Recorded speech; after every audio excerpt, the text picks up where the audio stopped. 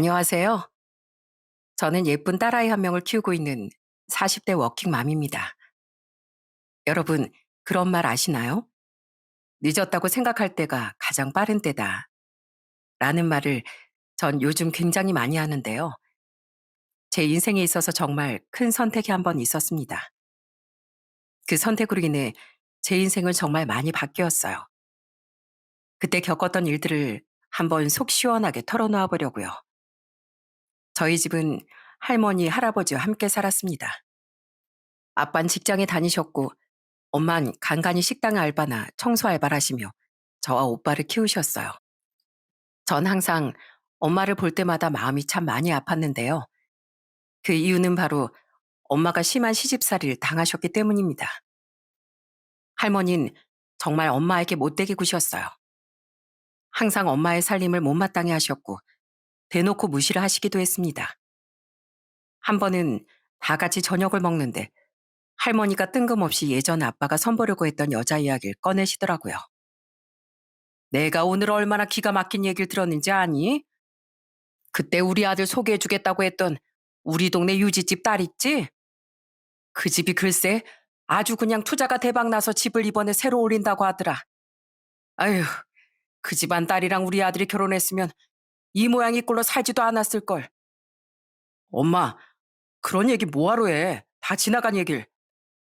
지나간 얘기니까 하지. 내가 열불이 터져선 그냥 네가 생각을 해봐라. 한 푼도 보태준 거 없이 몸만 딸랑온 쟤를 보면 내가 열불이 안 터지나? 어? 그렇게 가난한 집 딸이랑은 결혼하는 거 아니라고 엄마가 그렇게 말렸는데도. 아휴, 어머님, 제가 무슨 몸만 딸랑 왔어요. 저 그래도 냉장고, 세탁기, 텔레비전 해올 건 다 해왔잖아요. 어머님이 이불 한 채도 친척들한테 싹 다 돌리라고 해서 그것도 다 돌렸는데 뭐가 그렇게 부족해서 10년도 넘은 얘기를 아직도 하세요? 저거 봐라 저거. 아주 시애미를 뭐 보듯이 생각하니까 저렇게 따박따박 말대꾸 하는 거. 네가 이러니까 내가 밖에서 듣는 소리에 속이 터지는 거야. 속이 터져. 에휴. 그렇게 할머니는 내내 다른 사람들과 엄마를 비교하기도 하며 무시를 하셨습니다. 그럴 때마다 아빤 한 번도 할머니에게 화를 내지 않았어요. 전 할머니도 너무 미웠지만 엄마를 보호해주지 않는 아빠도 너무 미웠습니다. 그러다 결국 제가 초등학교 6학년이 되었을 때 엄마 아빠는 이혼을 하시게 되었어요. 그때 저와 오빤 당연히 엄마와 살고 싶다고 했죠. 그 후로 저흰 엄마와 함께 따로 살게 되었어요. 친가와는 아예 인연을 끊고 만나지도 않았죠. 저희가 만날 생각이 없기도 했지만 아빠라고 해서 그 후에 연락이 한 번이라도 온 적도 없었어요. 엄마는 이혼을 하신 후에 생계를 책임지기 위해 김밥 장사를 시작하셨습니다. 시장에서 처음엔 작게 좌판을 열어 김밥을 파셨죠.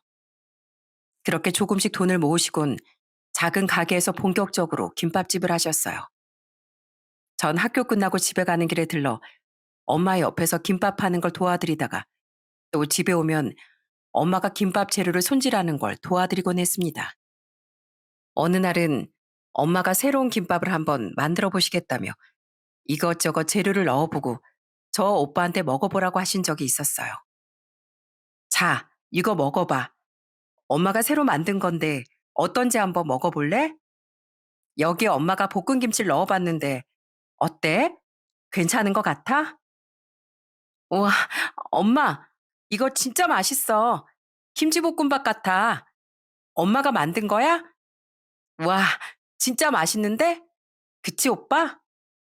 어, 엄마, 이거 진짜 맛있다. 지금 당장 팔아도 되겠어. 엄마 김밥 중에 이게 제일 맛있는 것 같아. 역시 엄마 김밥은 최고야, 최고. 그렇게 저희 세 식구는 오순도순 정말 행복하게 잘 지내고 있었어요.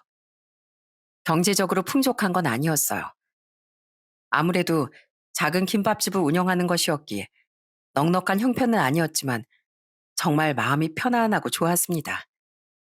솔직히 엄마가 이혼하시기 전엔 매번 할머니 때문에 엄마가 힘들어하고 아빠와도 엄마가 자주 다투시다 보니 마음이 불편했었거든요. 전 그때 엄마가 정말 이혼을 잘한 거라고 생각을 했습니다. 이렇게 엄마가 열심히 김밥 장사를 하시면서 우릴 키워주셨고, 그 덕분에 저와 오빤 대학을 무사히 진학할 수 있었어요. 오빤 대학 졸업 후에 중견기업에 입사를 했고, 저 역시 졸업 후 일반 직장에 취직을 했습니다. 저희가 그렇게 어른이 될 때까지 아빤 단 한 번도 연락조차 없으셨어요.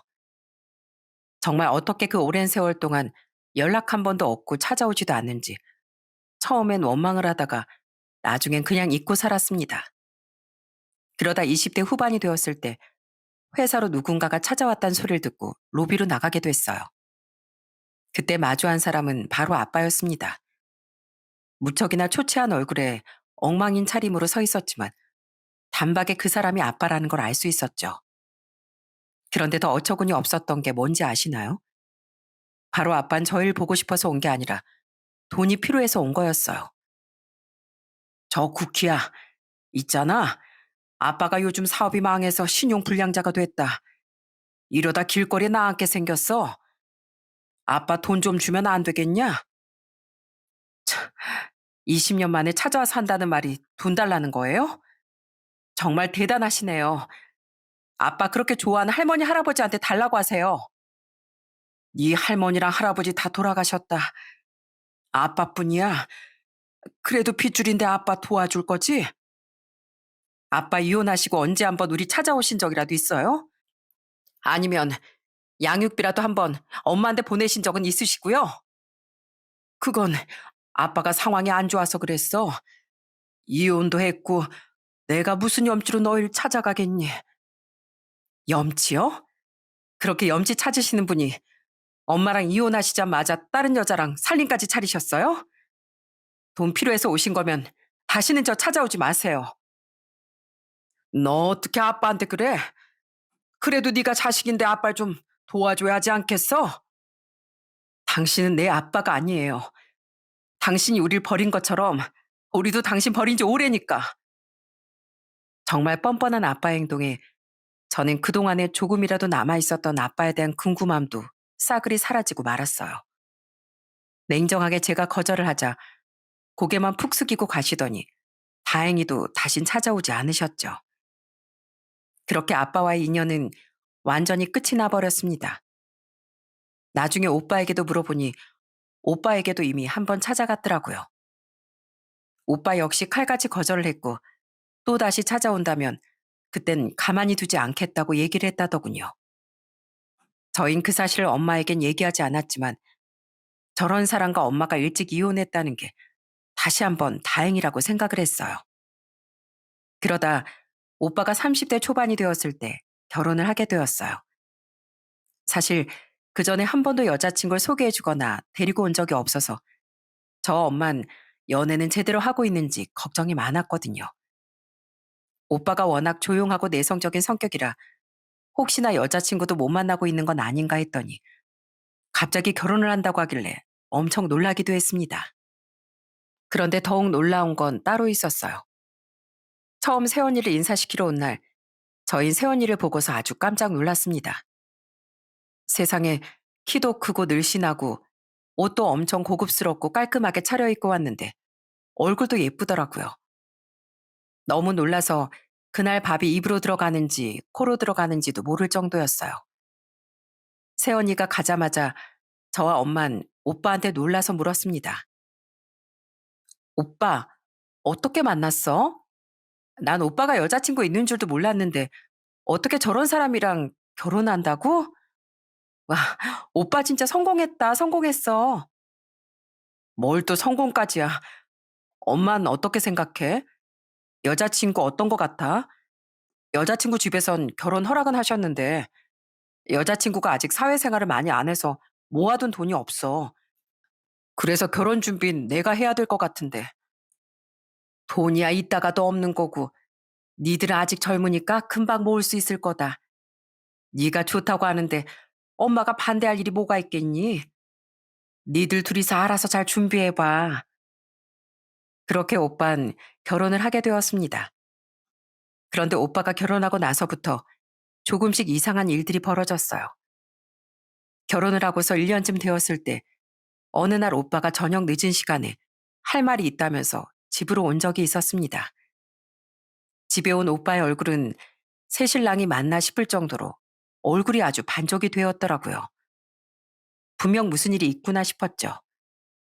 자리에 앉아 아무런 말도 없이 한숨만 푹 쉬던 오빠가 겨우 입에서 뗀 말은 저와 엄마를 아주 경악하게 만들었습니다. 그건 바로 오빠가 사고를 쳤다는 거였어요. 사실은 내가 사고를 좀 쳤어. 회사 차를 운행하다가 사람을 쳤는데 실은 회사에 보고를 안 하고 그 차를 운행한 거였거든. 어떻게 하지, 엄마? 뭐? 사고를 냈다고? 보험 처리는 안 되는 거야? 그래, 사람은 얼마나 다쳤는데. 그게 회사 차라 보험 처리도 힘들고 그냥 내가 합의금으로 마무리하려고 했는데 생각보다 금액이 너무 커서 어떻게 하지? 그냥 회사에다가 말할까? 그럼 나 진짜 잘리는데. 아휴, 어쩌자고 그런 일을 저질렀어. 그래서 합의금은 얼만데. 걱정하지 마. 엄마가 일단은 합의금 줄 테니까 그걸로 마무리하고 합의만 하면 되는 거지? 다른 것도 문제 없는 거야? 아휴, 그래서 이렇게 얼굴이 반쪽이 된 거였어? 말이라도 진작 좀 하지 그랬어. 혼자 어떻게든 수습해보려고 했는데 도저히 답이 안 나와서 우리 아내가 알면 안 되는 일이라 엄마, 그럼 좀 부탁할게. 그렇게 오빠의 사고는 마무리되는 듯 했습니다. 워낙 평상시에 사고 한 번 없이 침착한 오빠라 처음엔 이 소식이 믿겨지지 않았지만 그땐 그래도 합의금으로 끝낼 수 있다는 것 자체가 다행이다 생각하며 넘어갔어요. 그런데 그로부터 6개월 뒤 저희 집에 정말 충격적인 사건이 벌어지고 말았습니다. 그건 바로 오빠가 이혼을 하겠다고 선언한 것이었어요. 갑작스런 이혼 선언에 저와 엄마 너무나 깜짝 놀랐죠. 그런데 더욱 놀라운 사실은 더 있더라고요. 바로 오빠가 이혼을 하겠다고 선언한 이유가 새언니의 사치 때문이었어요. 엄마, 나 더 이상은 못하겠어. 아내가 쓰는 돈 감당도 못하겠고 하나를 해주면 하나를 더 바라고 밑도 끝도 없이 바래서 이젠 안 될 것 같아. 오빠, 그게 무슨 말이야. 새언니 이번에 가게 차려서 잘 된다고 했잖아. 오빠 월급 다 가져가서 쓰기라도 한 거야? 그게 실은 아내 가게 그거 내가 해준 거야. 와이프가 가게를 꼭 하고 싶다고 하길래 무리해서 대출받아서 가게를 열어줬어. 뭐라고? 그건 그렇다 쳐도 그럼 오빠 월급이랑 언니가 버는 돈으로 생활한 거 아니었어? 오빠 월급이 한두 푼도 아닌데 뭘 얼마나 썼길래 이혼까지 하겠다고 하는 건데. 아내가 결혼할 때 조건으로 내건 게 있었거든. 처가에 매달 200만 원씩 용돈으로 주기로. 그때는 어떻게든 결혼하고 싶은 생각에 그러겠다고 했는데 200만 원뿐만 아니라 차를 바꿔달라, 용돈 달라. 계속 그렇게 욕을 하니까 도저히 안 되겠어.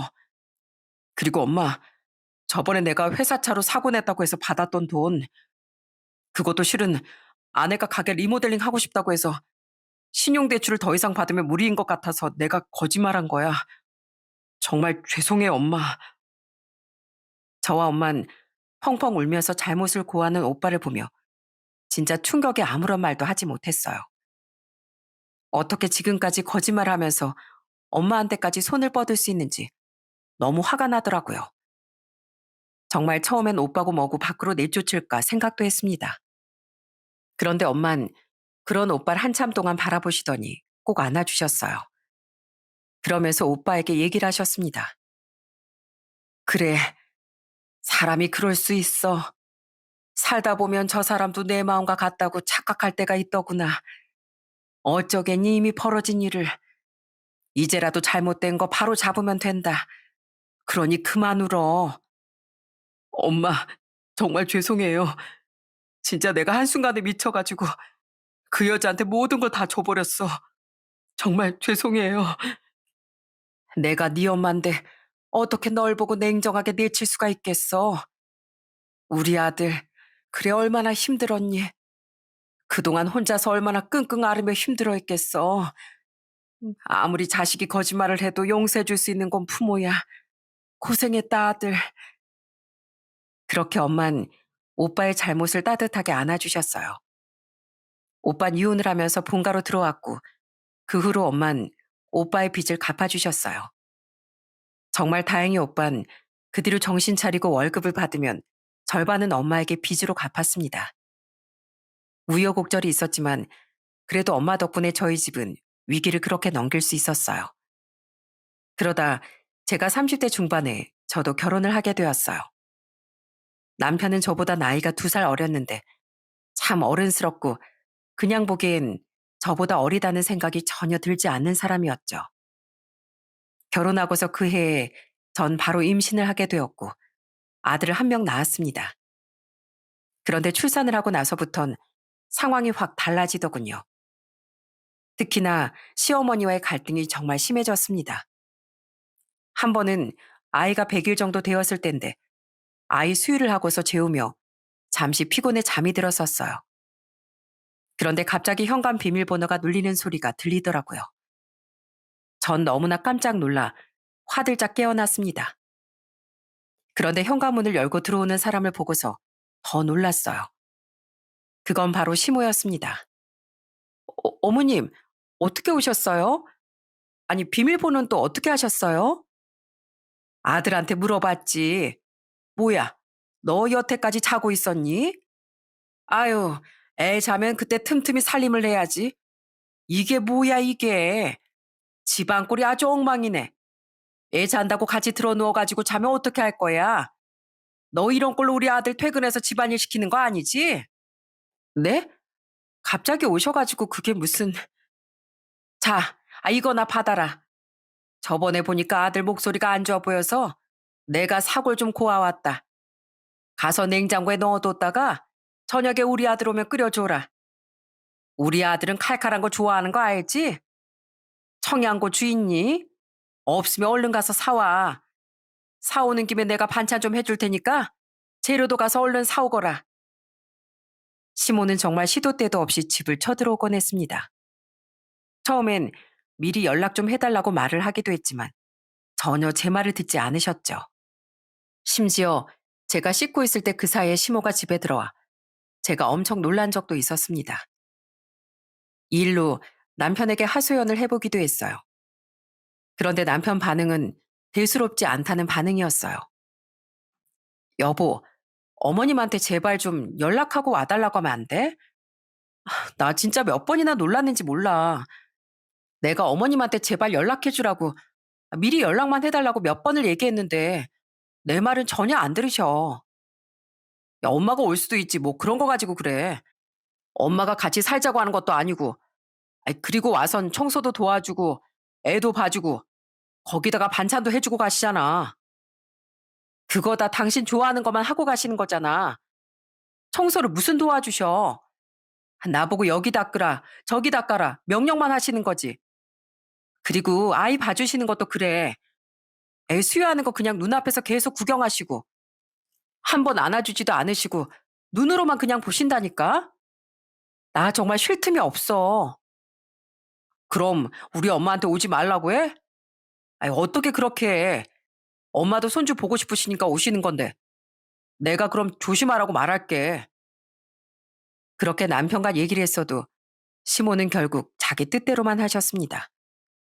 오고 싶으면 마음대로 저희 집에 오시고 오셔선 먹고 싶은 거 마음껏 꺼내서 드시기도 했어요. 심지어 한 번은 제가 잠깐 외출한 사이에 들어와 보니 집이 완전 달라져 있더라고요. 시모가 집안 커튼을 싹 바꿔버린 거였습니다.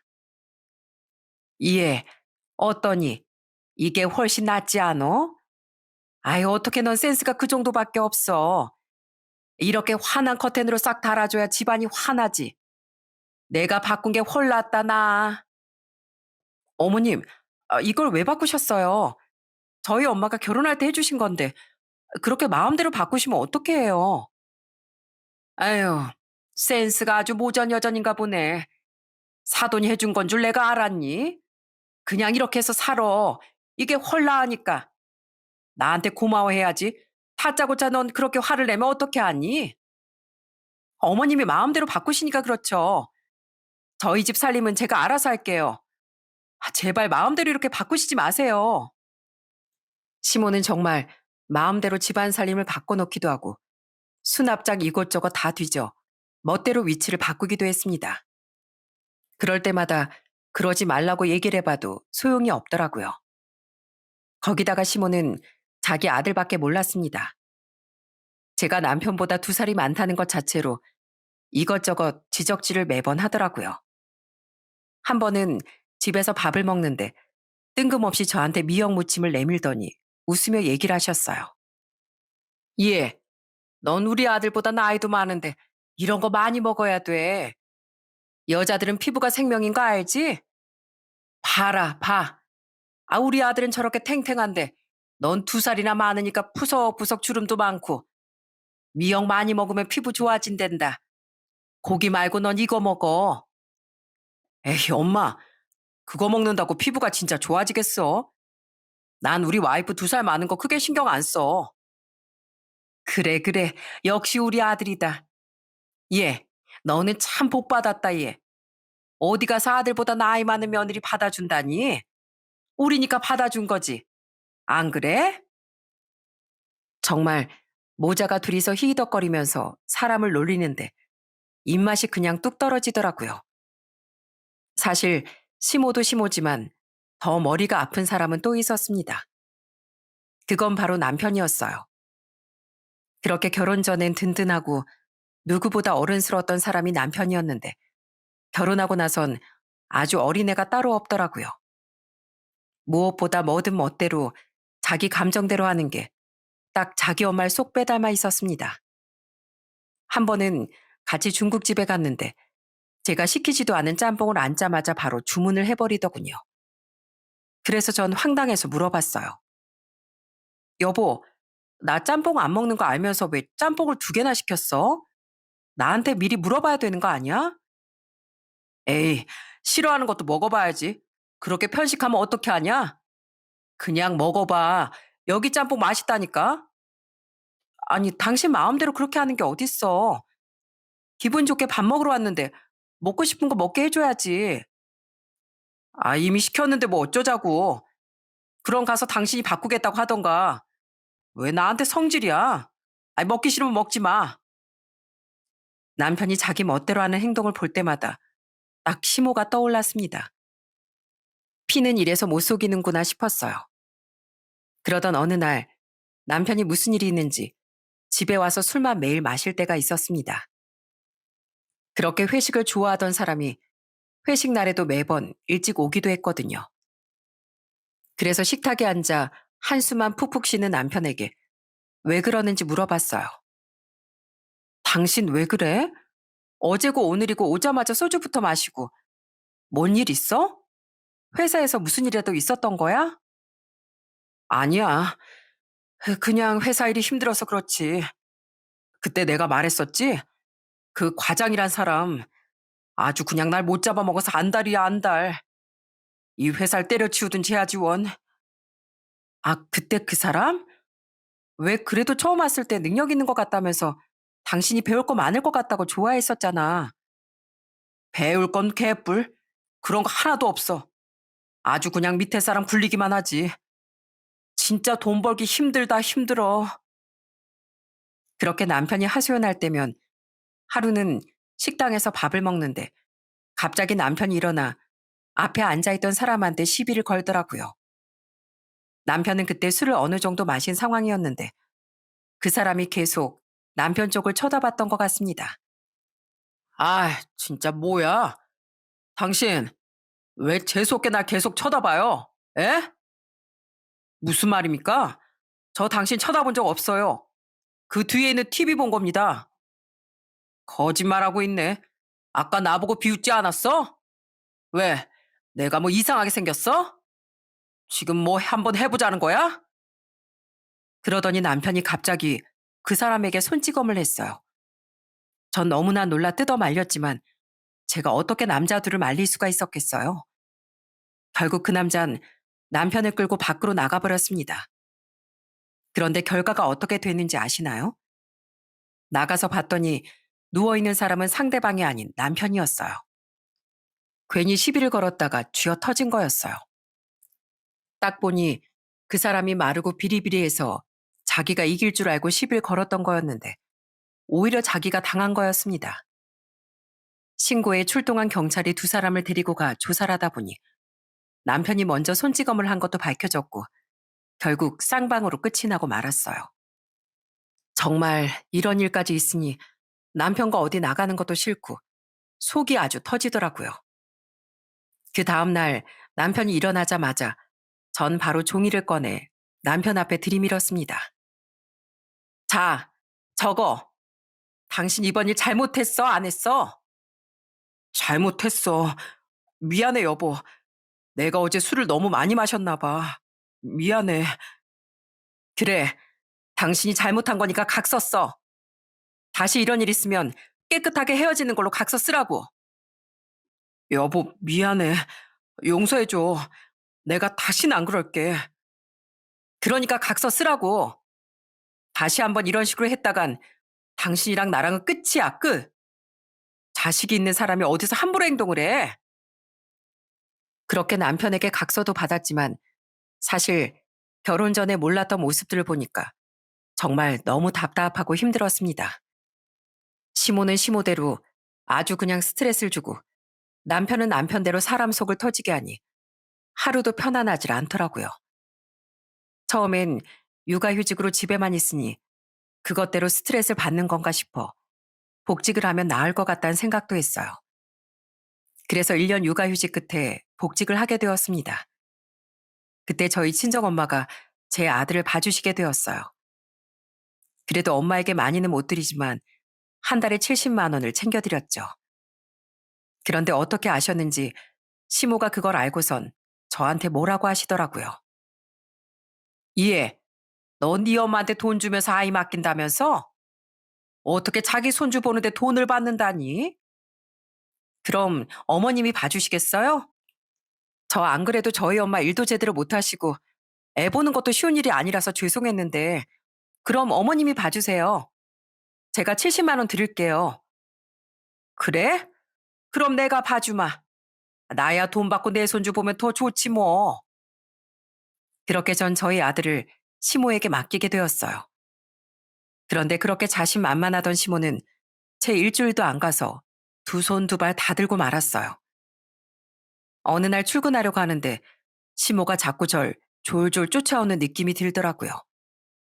뭔가 할 말이 있는 것 같았는데 말은 하지 않은 채 제 눈치만 계속 보시더라고요. 그래서 제가 먼저 물어봤어요. 어머님, 뭐 저한테 하실 말이라도 있으세요? 아까부터 계속 저한테 뭐 할 말이 있으신 것 같던데 뭔데요? 저 이제 빨리 나가봐야 돼요. 그게 저 사돈 오늘 바쁘신가? 네? 저희 엄마요? 갑자기 저희 엄마는 왜요? 엄마 김밥집 가셨을 텐데 왜 그러시는데요? 아니, 그, 아유, 나 손주 못 보겠어. 도저히 머리가 아파가지고 안 되겠다고. 돈이고 자시고 나 좀 쉬어야 될 것 같으니까 그 사돈한테 다시 부탁해. 네? 갑자기 이러시면 어떡해요. 저도 출근해야 되고 엄마도 김밥집 갔을 텐데. 하, 어머니 그럴 거면 미리 말이라도 하셨어야죠. 아유, 몰라, 몰라. 나 못하겠어. 애 보는 거 내 체질이 안 맞나 봐. 나 갈 테니까 너나 태주나 휴가 내서 애 보든지 해라. 그럼 간다. 그렇게 시모는 제가 붙잡을까 싶은지 쌩하니 가방만 들고서 나가버리셨어요. 정말 그때 얼마나 황당했는지 모릅니다. 결국 그날 남편이 회사 급하게 반차를 내면서 아이를 보게 되었어요. 그때 이후로 엄마에게 주는 70만 원에 대한 불평 불만은 단 한 번도 나오지 않았어요. 그리고 남편은 정말 사람이 오지랖이 넓더라고요. 그러다 보니 주변에 어울려 다니는 사람들도 참 많았는데요. 그중에서 정말 오래전부터 남편 친구였던 사람 한 명이 있었어요. 그 친구도 결혼을 해서 부부끼리 자주 어울리고 여행도 같이 가곤 했었는데요. 어느 날 남편이 갑자기 그 친구 얘기를 꺼내더라고요. 여보, 준식이 이번에 좀 사정이 안 좋은가 봐. 엊그제 연락이 와서 좀 도와줄 수 있냐고 하더라. 갑자기? 하긴 요즘 다들 어렵다고 하니까 준식 씨네도 힘든가 보네. 그런데 우리가 뭐 도와줄 수 있는 형편도 아니고. 뭐 그렇긴 한데 그래도 준식이 나 초등학교 때부터 중마고우잖아. 남들은 안 도와줘도 난 좀 도와줘야 되지 않겠어? 얼마나 안쓰러운데. 그 적금 든 5천만 원 있잖아. 그거로 좀 도와주자. 뭐? 그걸 어떻게 도와줘? 한두 푼도 아니고 5천씩이나. 절대 안 돼. 여보, 우리 코가 석자야. 이런 와중에 뭘 누굴 도와주겠다고 하는 거야. 정신 차려. 그땐 정말 단칼에 남편의 제안을 거절했습니다. 그렇게 그 일은 끝이 난 줄 알았어요. 그런데 얼마 뒤 사건이 터지고 말았습니다. 그때 아들이 7살 때였는데 제가 저녁을 먹고 설거지를 하는 동안 남편이 자기 핸드폰으로 영상을 틀어주고 자고 있었던 날이었어요. 애가 영상을 보다가 질려가지고 찡얼거리길래 놀아주려고 갔더니 갑자기 문자가 딱 오더라고요. 이태주님 이번 달 결제 금액은 땡땡원입니다. 이렇게 문자가 딱 뜬 걸 보니 정말 전 깜짝 놀랄 수밖에 없었어요. 결제 금액도 거의 150만 원이 넘게 청구가 되어 있었거든요. 그래서 전 너무 놀라서 자고 있던 남편을 깨웠어요. 여보, 일어나 봐. 아, 일어나 보라고. 이거 뭐야? 아, 얼른 일어나 봐. 아유, 잘 자고 있는데 왜 깨워? 아, 또 뭔데? 뭘로 시비 걸려고 그러는 거야? 아, 당신 이것 좀 봐. 이 돈 이거 뭐야? 결제 금액이 뭔데 150만 원이 넘냐고. 이게 뭐야? 아, 왜 남의 핸드폰을 마음대로 보고 그래? 짜증나게. 내가 뭐 보고 싶어서 봤어? 애 놀아주라고 했더니 핸드폰 지워주고 잔 게 누군데? 그것보다 휴대폰 문자 이거 뭐냐고 도대체? 뭐 어디서 대출이라도 받은 거야? 뭐야? 아, 아무것도 아니야. 상관하지 마. 제가 아무리 남편에게 따져 물었지만 계속 남편은 저한테 얘기도 하지 않고 숨겼습니다. 그래서 전 그 다음에 밥도 안 차리고 빨래도 남편 빨래는 쏙 빼고 해놨어요. 그렇게 며칠 동안 그러니 하루는 남편이 술 한 잔을 마시고 오더니 저한테 얘기를 하자고 하더군요. 그래서 식탁에 마주 앉아 어떤 얘기를 하나 지켜봤습니다. 술에 잔뜩 취한 남편은 사실을 털어놓았어요. 여보, 내가 미안해. 사실은 준식이한테 돈 좀 빌려줬어. 아니, 애가 너무 힘들어 하더라고. 돈도 계속 못 벌고 하니까 재수 씨가 애랑 같이 집을 나가겠다고 막 그랬나 봐. 그런데 내가 어떻게 가만히 있어. 친구로서 가만히 있을 수가 있어야지. 그래서 급한 불부터 끄라고 빌려주고 일단 이 잔 준식이한테 받고 있어. 뭐? 이자? 당신 지금 제정신이야? 모아둔 돈도 아니고 신용대출로 돈을 빌려줘? 아, 어떻게 그렇게 상의도 없이 당신 멋대로 해? 아이, 당신 내 월급이 얼만데 그거 가지고 이래. 그리고 준식이가 다 갚는댔어. 걱정하지 마. 지금이야 힘들어서 그런 거고. 당신 그 말을 믿어? 그렇게 빌려줬다가 안 주면 어쩔 건데? 준식이 그런 애 아니라니까. 아, 내가 다 알아서 할게. 나 지금 손해본 것도 없는데 왜 그러는지 난 이해를 할 수가 없네. 아무튼 당신도 그렇게 알고 있어. 당당하게 말하는 남편을 보면서 정말 어처구니가 없더라고요. 그날부터 전 남편에 대한 신뢰가 와장창 다 깨져버렸어요. 어떻게 저와 상의도 한 번 없이 이런 일을 저지르는지, 나중에도 어떤 일이든 자기 멋대로 할 사람이라고 생각이 들었습니다. 그래서 그 후로는 각자 돈을 관리하게 되었어요. 그래도 처음엔 그 친구가 꼬박꼬박 이자랑 원금을 주는 것 같더라고요. 그러다 5개월이 지난 후부턴 상황이 바뀌기 시작했습니다. 바로 그 친구가 잠적을 하고 만 것이었어요. 아무리 월급이 빠져나가는 돈보다 많다고 해도 솔직히 한 달에 150만 원씩 들어가는 건 진짜 힘들잖아요. 그러다 보니 어느 날부턴 저한테 남편이 막 하소연을 하기도 했습니다. 여보, 이 자식 나한테 계속 연락 안 할 생각인가 봐. 어쩌지? 그 돈 매달 내는 것도 힘든데 꼬박꼬박 돈 나가는 거 진짜 아까워. 이거 신고라도 할까? 뭐 사기죄 이런 걸로 안 되나? 아, 어쩌지 정말? 저는 남편의 하소연에도 도와줄 생각도 안 했습니다. 서서히 신뢰가 깨지고 있는 상황에서 전 고민이 참 많아졌어요. 아직 아이도 어리고 그러다 보니 어떻게 해야 하나 생각을 하고 있었죠. 그러던 찰나에 결정적으로 신뢰가 깨진 사건이 딱 발생하고 말았어요. 남편이 회식을 한다고 했던 날 이후부터 갑자기 남편이 제가 출근할 때까지 출근 준비를 안 하기 시작하더라고요. 처음엔 왜 이렇게 늦게 출근을 하나 싶어 물어봤지만 남편은 별다른 대답을 하지 않았어요. 그러다 며칠 후 퇴근을 하고 집에 갔더니 남편이 밥을 먹으며 얘기를 꺼내더라고요. 남편이 한 얘기는 정말 충격적이었어요. 남편은 권고사직을 당한 거였어요. 그런데 그 이유가 더욱 기가 막혔어요. 도대체 왜 권고사직을 당해? 당신 뭐 잘못한 거 있어? 뭐 사고라도 친 거야? 아니 저번에 승진 축하 회식이라면서 팀원들 다 같이 회식한다고 좋아해서 갔잖아. 뭔데?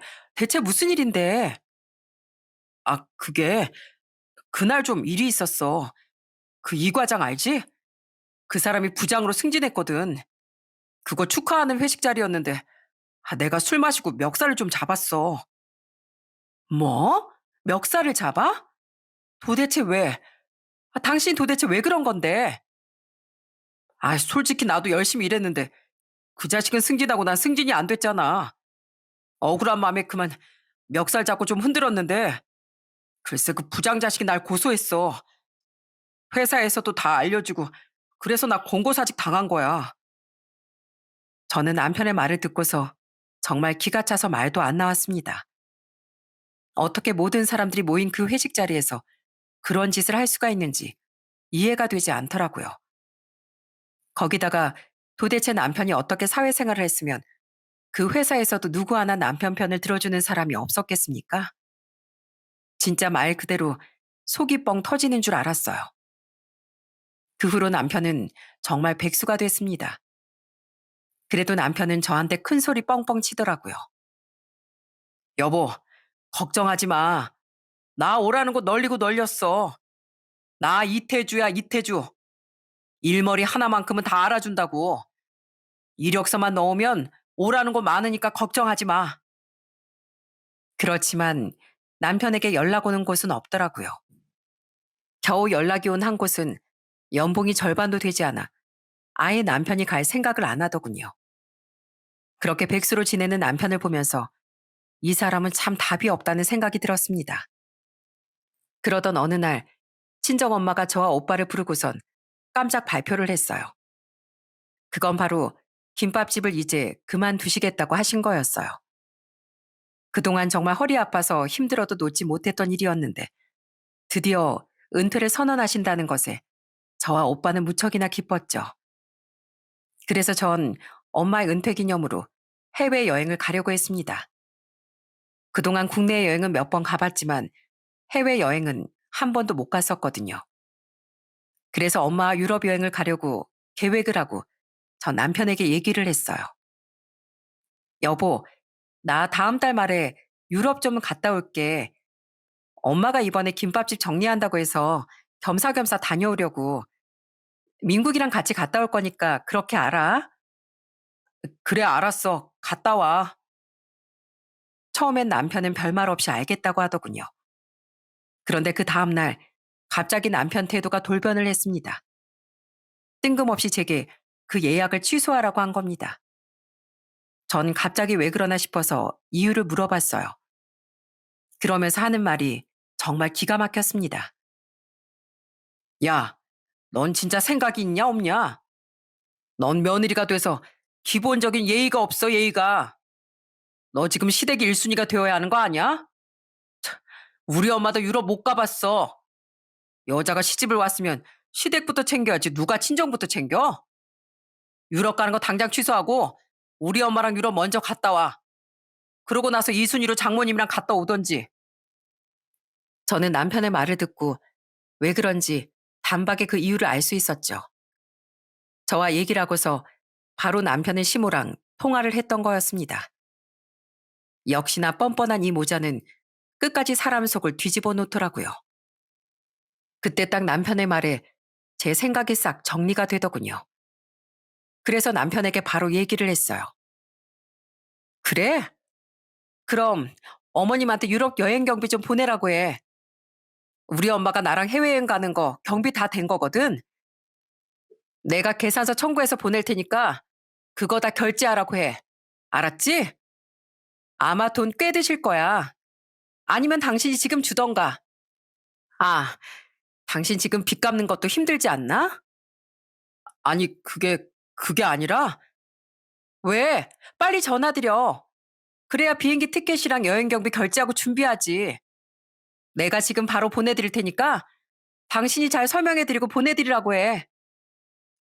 제가 이렇게 얘기를 하니 남편은 꿀먹은 벙어리처럼 멍하니 서 있기만 했습니다.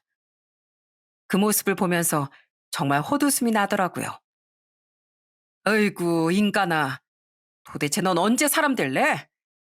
우리 엄마 평생 김밥 말며 우리 남매 키우시다가 이제 은퇴해서 해외여행 가는 거야. 그동안 우리가 어디 가자고 해도 손님들이 찾는다고 다 거절했던 게 바로 우리 엄마라고. 근데 너희 엄만 동남아 여러 번 갔다 오셨잖아. 그건 그거고 그래도 며느리로서 잘해야지. 그런 넌 뭐 한 거 있고? 너네 집에선 나한테 뭐 해준 거 있고? 사고나 안 치면 다행이지. 너 내가 왜 이렇게 여행 가는지 모르지? 모르잖아. 나 있잖아. 내 1순위가 뭔지 알아? 내 1순위는 너랑 이혼하는 거야. 네 얼굴 더 이상 꼴 보기 싫어서 여행 가는 거니까 나 여행 다녀올 동안 여기 이혼 신청서에 도장이나 찍고 있어. 도장 찍고 네 짐은 싹 다 빼놔라. 어디 능력도 없고 깜냥도 안 되는 주제에. 뭐? 이혼이라니? 너 지금 말 다 했어? 어디서 함부로 이혼을 언급해? 너? 야, 나 너보다 2살이나 많아. 누나라고 해, 누나. 너나 네 엄마나 맨날 나한테 나이 많다고 뭐라고 해놓고선 넌 왜 나한테 누나라고 안 하니? 어린 거 봐줬더니만 넌 도저히 구제가 안 되겠다. 내 인생에서 너만 없으면 살만 날 것 같아. 그러니까 제발 내 인생에서 꺼져. 그렇게 전 엄마를 모시고 유럽 여행을 가게 되었어요. 엄마가 전에 TV에서 봤을 때 꼭 가보고 싶었다던 프라하 카를교도 가보고 프라하 성과 성 비스투스 대성당도 구경하면서 재밌는 시간을 보냈죠. 특히나 영상 속에서만 봤던 관광지를 직접 눈으로 본다는 게 너무 신기하고 좋더라고요. 프라하, 파리를 여행하면서 에펠탑이나 몽마르트에서 찍은 사진들은 진짜 영화 속 한 장면처럼 너무 멋지게 나왔답니다. 사실 아들이랑 같이 가서 좀 힘들면 어쩌나 했는데 아들도 너무 좋아하고 엄마도 정말 행복해 하셨어요. 그렇게 보름간의 여행이 끝나고 집으로 돌아갔는데 집에 들어가자마자 갑자기 음식 냄새가 싹 퍼지더라고요. 봤더니 남편이 집도 깨끗하게 청소해 놓고 저녁까지 다 준비했던 것 같았어요. 그러더니 제가 들어가니까 남편이 웃으며 나와서 얘기를 하더군요. 여보, 나 생각해 봤는데 나 당신 없으면 못 살 것 같아. 내가 앞으로 잘할 테니까 한 번만 용서해 주면 안 될까? 봐봐.